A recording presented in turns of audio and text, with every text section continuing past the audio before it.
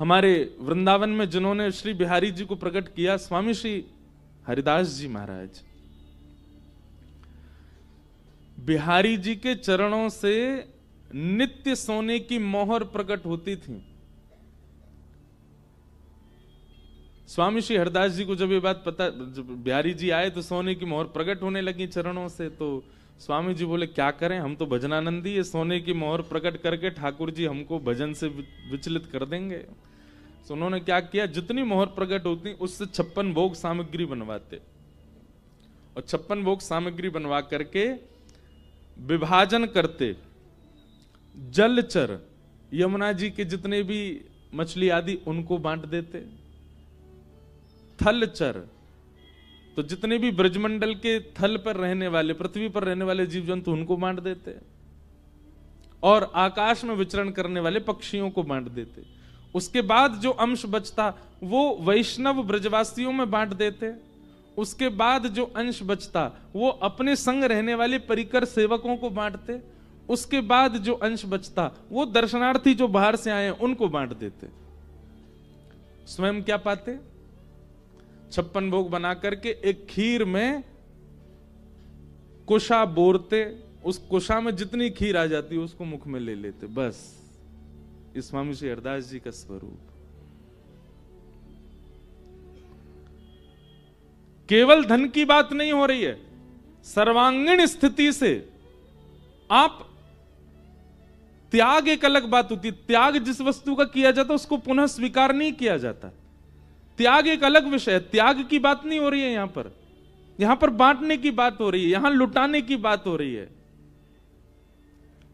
वस्तु ले तो रहे हैं पर लेकर के उसमें कुछ अपना अंश जोड़ करके उसको व्यय कर देते हैं, उसको बांट देते हैं। ऐसी स्थिति यदि मन में प्रकट होती जा रही है, समझो अब ठाकुर जी आ गए। ठाकुर जी जीवन में आएंगे, संग्रह की स्थिति नहीं रहेगी, आप संग्रह नहीं करोगे।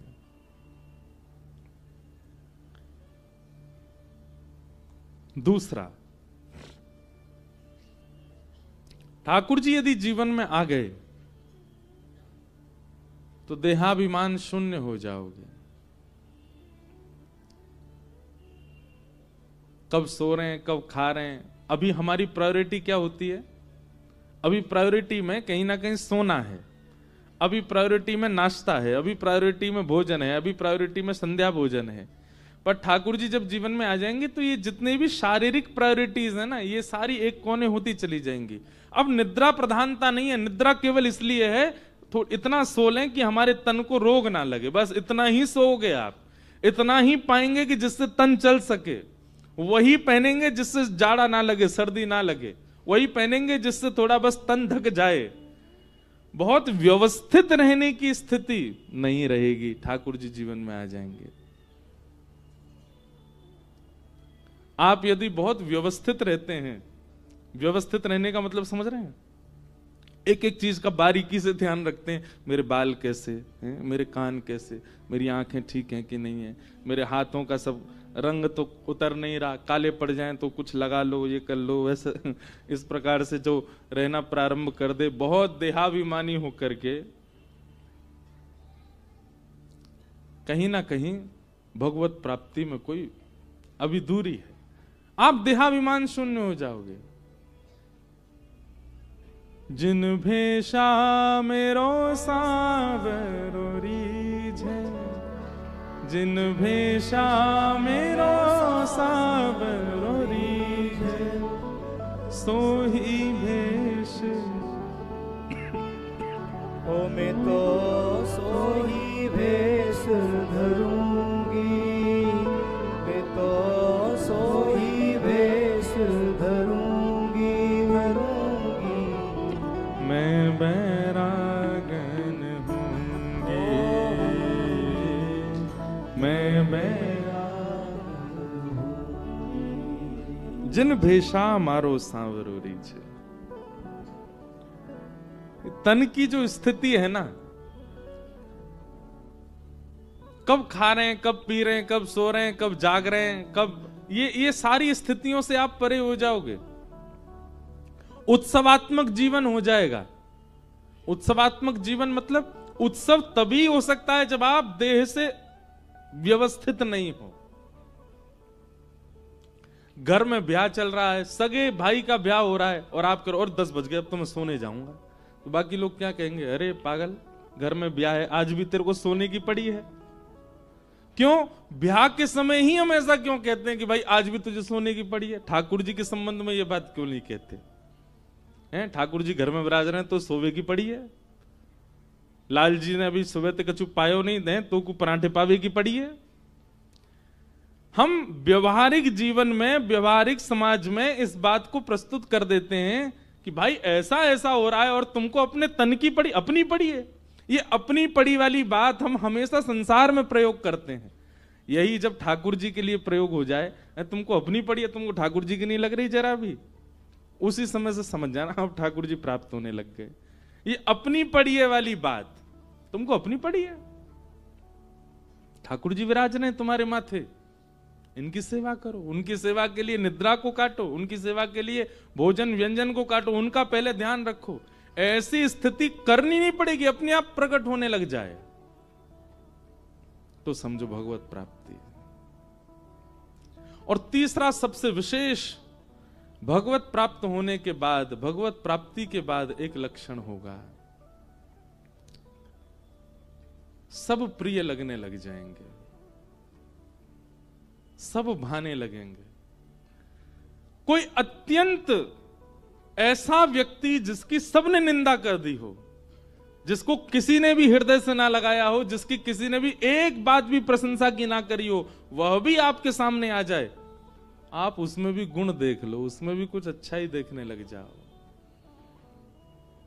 ऐसी स्थिति प्रकट हो जाए, समझ जाओ ठाकुर जी आ गए। ये 3 भाव प्रधान हैं। सबसे पहला संग्रह की स्थिति ना होना, दूसरा देह का अभिमान ना होना, और तीसरा सबके प्रति प्रिय भाव होना। ये ठाकुर जी की प्राप्ति के लक्षण है।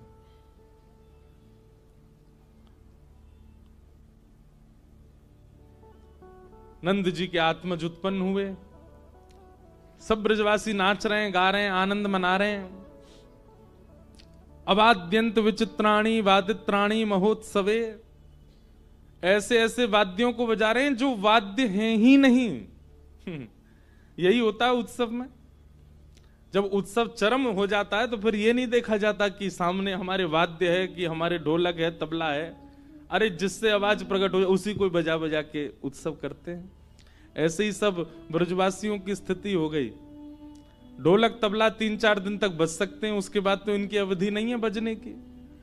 अब क्या करें, उत्सव तो मन रहा है। 6 महीना तक नंदोत्सव मनता रहा, और कई कई जगह तो 1 वर्ष का भी आता है। ऐसा वर्णन करते हैं कि इतना उत्सव मना, इतना उत्सव मना कि ठाकुर जी की प्रथम जन्माष्टमी आ गई, ठाकुर जी का प्रथम जन्मोत्सव आ गया।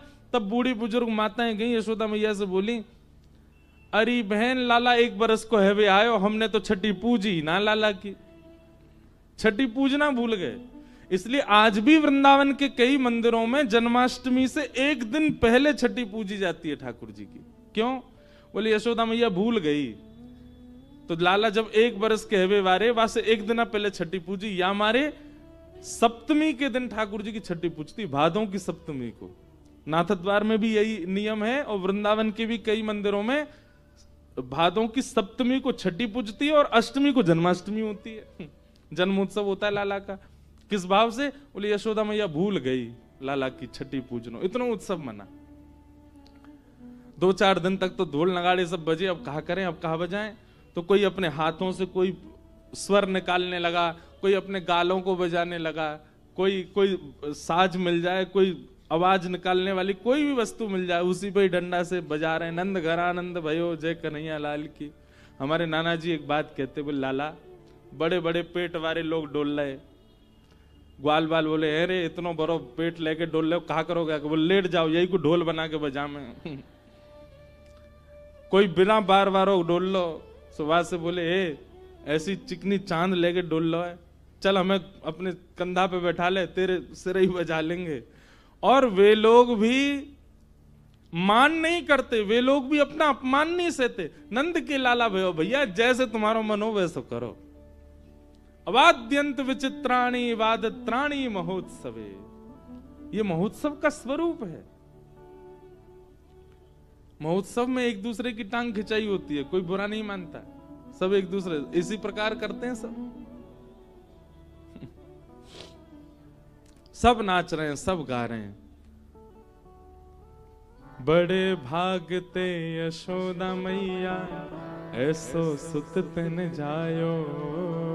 बड़े भागते यशोदा मैया ऐसो सुत तन जायो। पूर्ण ब्रह्म जगत को स्वामी सोते ने गोद खिलायो। पूर्ण ब्रह्म जगत को स्वामी सोते ने गोद खिलायो। याकू मगवा दे झूलनवा तेरो ललना। याकू मगवा दे झूलनवा तेरो ललना। अरे जुग जुग जीवेरी नंदरानी मैया तेरो ललना। जुग जुग जीवेरी नंदरानी मैया तेरो ललना। अरे हाँ तेरो ललना नंदरानी तेरो ललना। तेरो ललना नंदरानी तेरो ललना। ओ तेरो ललना महारानी तेरो ललना। तेरो ललना महारानी तेरो ललना।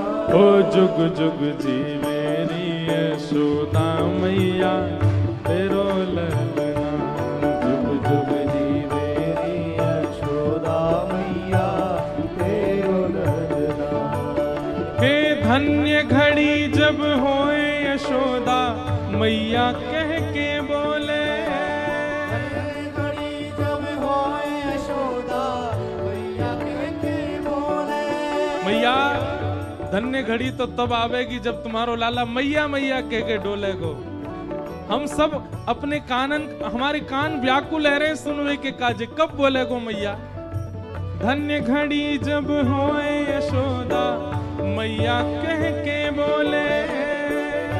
घड़ी जब होए यशोदा मैया कह के बोले। नूपुर बांध दो चरणन में घुटमन घुटमन डोले। नूपुर बांध दो चरणन में घुटमन घुटमन डोले। नूपुर बांध दो चरणन में घुटमन घुटमन डोले। नूपुर बांध दो चरणन में घुटमन घुटमन डोले। पकड़े बाबा की उंगरिया तेरो ललना। पकड़े बाबा की उंगलियां तेरो ललना। पकड़े बाबा की उंगरिया तेरो ललना। पकड़े बाबा की उंगलियां तेरो ललना। अरे जुग जुग जीवेरी यशोदा मैया तेरो ललना। जुग जुग जीवेरी यशोदा मैया तेरो ललना। जुग जुग जीवेरी नंदरानी मैया तेरो ललना। जीवेरी नंदरानी मैया तेरो ललना। ओ मैया तोरे द्वारे यशोदा तोरे द्वारे बाला जोगिया आयो। बाला जोगिया आयो। ए मैया तोरे द्वारे यशोदा तोरे द्वारे बाला जोगिया आयो। बाला जोगिया। महादेव दर्शन करने आए हैं। काशी में बैठे हुए विश्वनाथ भगवान मचल पड़े। महादेव के मन में आई कि भैया ब्रजमंडल में हमारे स्वामी ने जन्म लियो है। रूप की प्रशंसा इतने देवता कर रहे हैं, हम भी देखवे चलें।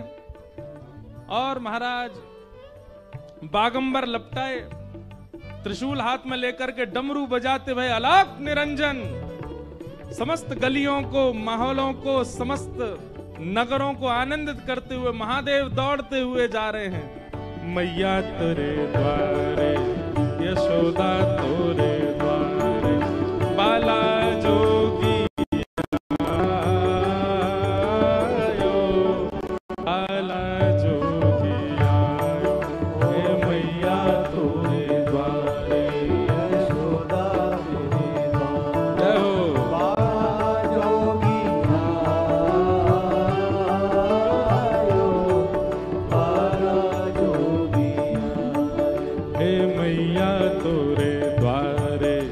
यशोदा तोरे द्वारे, बाला जोगी आयो, बाला जोगी आयो। मैया तोरे द्वारे, यशोदा तोरे द्वारे, बाला जोगी आयो, बाला जोगी। कैसे हैं महादेव? अंग भभूत गले मुंड माला, अंग भभूत गले मुंड माला, अंग भभूत गले मुंड माला, अंग भभूत गले मुंड माला, श्रृंगीनाद बजायो,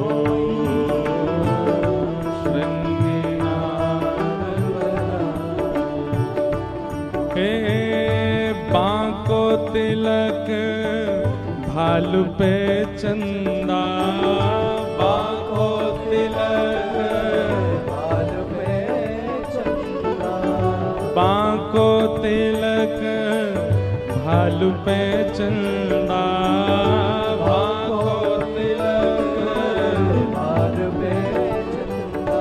ओ घर घर अलख जगायो,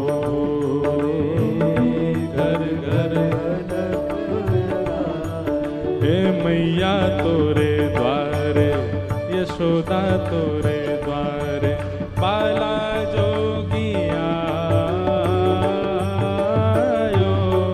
बाला जोगी आयो। ओ मैया तोरे द्वारे, यशोदा तोरे द्वारे, बाला जोगी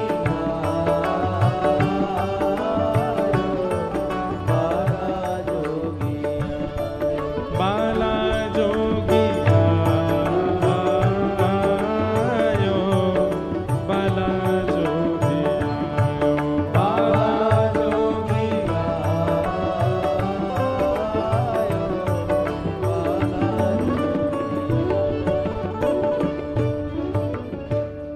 पूरा ब्रजमंडल आनंद उत्सव मना रहा था। मन में भाव आया, पहले पूतना आई, पर हम पूतना को क्यों बुलाएं? काशी में आए हैं तो पहले महादेव जाएंगे। महादेव गए दर्शन करने के लिए। ऐसा सुंदर त्रिपुंड और महाराज पूरे अंग पे भभूत लगा करके मणिकर्णे का घाट की, बागंबर लिपटाए महादेव पहुंच गए सीधे वृंदावन।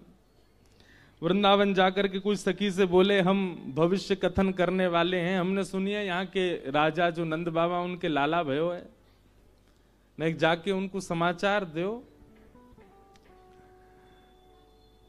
गोपीन ने जाकर के कही, बोले मैया द्वार एक जोगी आयो दर्शन करवे और कह रहा है कि बहुत बड़ा ज्योतिषाचार्य लाला को भविष्य बताएगो। यशोदा मैया का स्वभाव है कि पहले जो भी आवे उसको पहले देख लेती हैं। कई जगह तो हमारे ब्रज के साहित्यों में ऐसा वर्णन है कि 6 महीने तक तो लाला को मुख ही नहीं दिखाया और मैया ने कोई है हृदय से लगाई रही। 6 महीना बाद जब ब्रजवासी रोने लगे, नंद बाबा से शिकायत करी, बोले देखो मैया कैसी, हम यहाँ नाच रहे हैं, उत्सव मना रहे हैं, मोहिना दिखावे लाला को, मिलवावे ही ना लालाते। तब नंद बाबा ने जाकर के यशोदा मैया से कही, तब अटारी पे जाके मैया ने केवल लाला के पाम दिखाए, चरण चरणन ते चद्दर हटाई, बोले देख ले, मुख तब भी नहीं दिखाए हो। मैया अपने हृदय से लगाए घूमते लाला को। गोपी ने आगे कही, बोले बहुत बड़ो ज्योतिषी आयो है, लाला के काज गंडा बनवा लेंगे। मैया बोली पहले दिखाओ कौन है। अटारी से मैया ने जैसी देखी महाराज महादेव का रूप देख करके, जब सासू मां मूर्छित हो गई थी स्वयं की, तो और लोगों का तो क्या ही हो। जैसी यशोदा मैया ने देखी, हेरी तू बाबड़ी है गई है, कौन है पकड़ लाई है, या के पास लेके जाऊंगी मैं लाला है, या को रूप देखी हो, गले में सांप पहन के डोल रहा है। अच्छा ठाकुर महादेव को जब अपना श्रृंगार विशेष करना होता है तो वैसे तो एक ही सांप रहेगा, लेकिन जब विशेष श्रृंगार करते हैं तो विशेष सर्प जाते हैं महादेव के संग।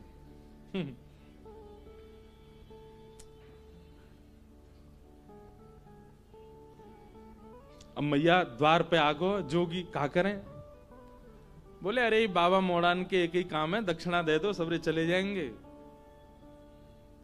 तो एक काम कर, बोले कहा सोने की थाल ला, वहां में रत्न जवाहरात सबरे भर के लिया, और लाला की 7 बार ऐसे बेर के नजर उतार के या बाबा हुए दिया, दिखेगा वो ना गोकुल में, लेके चलो जाएगा इतने रत्नन ने, लाला ना दिखाऊंगी आपको।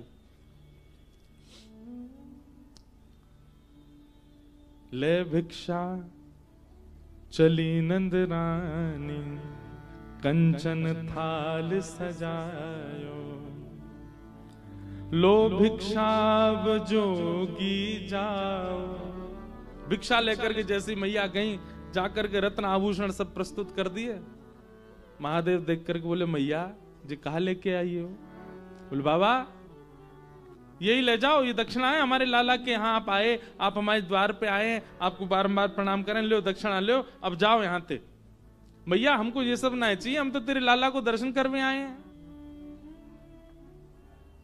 मैया बोली मेरो लाला फोटून में भी सांप देख ले तो डर जाए, तुम तो सांची की लटका के डोल रहे हो, कानन में कुंडल नहीं है, देख कैसे बिच्छू पकड़ के बैठे हैं, बिच्छू के डंक यहां लगा रखे महादेव ने, बिच्छू लटक रहे, कैसे भोले बाबा है। मैया या एक सांप ते इतनो भय खा रही है, तेरो लाला 1000 फण वाले सांप पे सोवे। यशोदा मैया बोली मेरे लाला के शत्रु सो में 1000 फण वाले सांप पे ऐसी बोल लो बाबा हैं, मेरो लाला सर्प के आसन पे सो। अरे मैया तू जानती नहीं अपने लाला को, वो त्रिलोकीनाथ है, पर ब्रह्म है, देवी देवता सब बाकी आगे नतमस्तक रहे। बोले बाबा सबरे त्रिलोकी में हल्ला कर दियो, देवी देवता ने मना कर दियो, मेरो लाला कोई तो नहीं मिले को।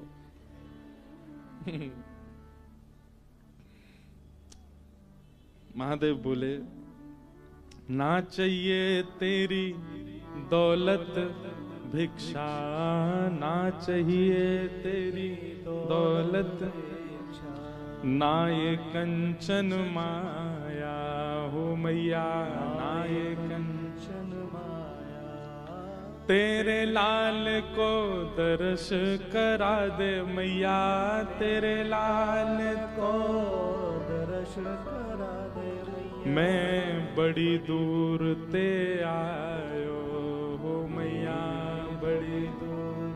मैया काशी ते चल के आया हूं, बहुत लंबो समय लगो मैया, कछु ना चाहिए, बस अपना लाला दिखा दे मुझको।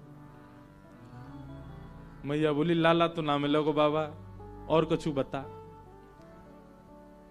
महादेव ने थोड़ी अपनी भ्रगुटी टेढ़ी करी, त्रिशूल गाड़ दिया और बैठ गए। मैया तू अभी साधुन की हट जाने ना है, हम तेरे द्वार पे ही बैठे रहेंगे, आज नहीं तो कल, कल नहीं तो परसों, कभी तो तेरो लाला ने करके आवेगो, तब देख लेंगे बाकू। और ऐसी समाधि में जाऊंगा, ऐसी समाधि में जाऊंगा कि प्रलय भी मुंह को हिला नहीं पावेगो यहां से। और महादेव त्रिशूल गाड़ के वहीं बैठ गए, और जैसे नेत्र बंद करने लगे, मैया बोली बाबा बाबा तब मैं बाद में जाइयो, एक बात सुन ले। बोले कहा लाला मुंह को घर में भी बूढ़ो करनो आ जाए, बाहर नहीं आवेगो, तू साधुन की हट कर रहा है, मैं त्रिया हट जानू, लाला को भीतर ही ब्याह कर दूंगी, भीतर ही बूढ़ो कर दूंगी, भीतर ही बालक है जाएंगे वाके, तो ये नहीं मिलाऊंगी, तू बैठ जाए यहां पे। महादेव के नेत्रों में आंसू आ गए। अरे मैया हम कोई हट नहीं करेंगे, हम चले जाएंगे, एक बार बस अपना लाला दिखा दे। बोले बाबा तू जो मांगेगा सो दूंगी, लेकिन लाला नहीं दूंगी। महादेव के नेत्र सजल हो गए। 33 कोटि देवता आकाश से देख रहे हैं, सबके नेत्रों में अश्रुबिंद है। अरे यशोदा, सूरदास जी तो पद लिखते हैं, हे यशोदा मैया, धर्म ही ते पायो, नीके राख यशोदा मैया, नारायण घर आयो। अरे मैया, तेने कौन से पुण्य किए, तेने कौन से ऐसे सत्कर्म किए, साक्षात नारायण तेरे यहां लाला बन के आए। महादेव बोले मैया नहीं कराओगी दर्शन? यशोदा मैया बोली नहीं कराऊंगी, और कुछ चाहिए तो बता। महादेव दूर एक वृक्ष के नीचे जाकर के बैठ गए और नेत्र बंद करके, बंधुओं देखो, क्या महादेव सर्व सामर्थ्यवान नहीं है? वे सब कर सकते हैं। उनके आगे पीछे ऐसी योगनी शक्तियां चलती हैं कि वो महादेव विचार करें वो प्रस्तुत होता है। पर ये जितनी भी शक्तियां हैं, जितनी भी योगनियां हैं, जितनी भी माया है, जितना भी ब्रह्मत्व है, इस सबकी बेड़ियां तोड़ के आगे जा सकता है। केवल प्रेम के आगे सब नतमस्तक हो जाते हैं। प्रेम से आगे कोई नहीं जा सकता। यशोदा मैया का प्रेम है, ब्रजवासियों का प्रेम है। हम आपको सत्य बता रहे हैं, ब्रजवासियों का प्रेम जो है ना, वो इतना प्रधान है कि उसके आगे योग, जप, तप, नियम, ये सब ना आप लोगों के लिए है, ये सब दुनियादारी के लिए। हम ब्रजवासियों के लिए कोई योग नहीं, कोई जप नहीं, कोई तप नहीं, कोई अनुष्ठान नहीं, हमारे लिए कुछ नहीं है। हमारे लिए केवल एक है, प्रेम, बस। वास्तव में प्रेम का उद्गम स्थल है वृंदावन, वहीं से ही प्रेम सब जगह जा रहा है। महादेव सर्व सामर्थ्यवान है, परंतु यशोदा के प्रेम के आगे नहीं है। महादेव ने नेत्रबंद किए, नेत्रबंद करे, भीतर पौड़े भय लाला से बोले, बहुत बढ़िया ठाकुर जी, पौड़े रहो, आनंद करो आप तो। ठाकुर जी बोले, अरे महादेव आप पधारे, पर मैं क्या करूं, मैं तो मैया के बड़ो आधीन हूं। बोले हाँ ठीक है, आधीन तो रहोगे, ठीक है, सब आपकी माया है भगवान, दर्शन नहीं कराओगे, आप चाह जाओ तो सब हो सकता है, पर आप चाहते नहीं है हमें दर्शन कराना। जब भाव विह्वल महादेव को देखा, ठाकुर जी रोक नहीं पाए, खूब जोर से रोने लगे। यशोदा मैया ने खूब शांत कराए, ठाकुर जी शांत नहीं हुए। गोपियां सब लिए खिलौना झुंझुना दिखा रही हैं, लेकिन ठाकुर जी शांति नहीं हो रहे। दूध पिवा दियो, जल पिवा दियो, ठाकुर जी को रोनो बंद नहीं हो। नील मणि लाल मणि बन गए, रोते रोते ठाकुर जी लाल पड़ गए, गाल लाल है गए, महाराज माथो लाल पड़ गए, और यशोदा मैया की घबराहट शुरू। तब एक गोपी बोली, मैया सुबह तो कोई आयो का घर पे, कोई की नजर लग गई है का लाला को? बोले नजर को तो कोई तो मिलवायो नहीं मैंने लाला, लेकिन सुबह तो एक जोगी बैठो द्वार पे। बोले मैया मो दर्शन करा लाला को। मैया बोली, मैया बस भाई जोगी नहीं, कोई तंत्र मंत्र कियो भारत। बोले मैया तू अपनी गोद में ले जा लाला है, लेकिन वह जोगी को दर्शन करा दे।